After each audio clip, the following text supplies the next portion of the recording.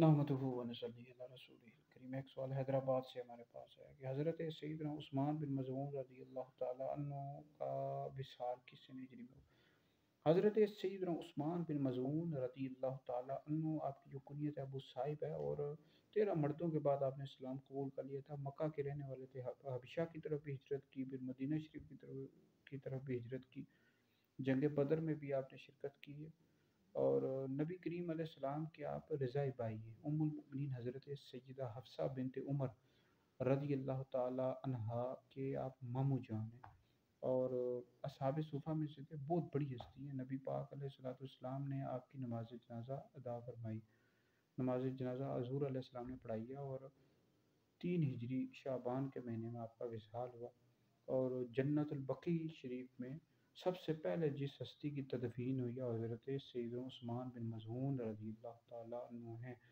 اللہ تعالیٰ آپ کے صدقے ہماری مغفرت فرمائے۔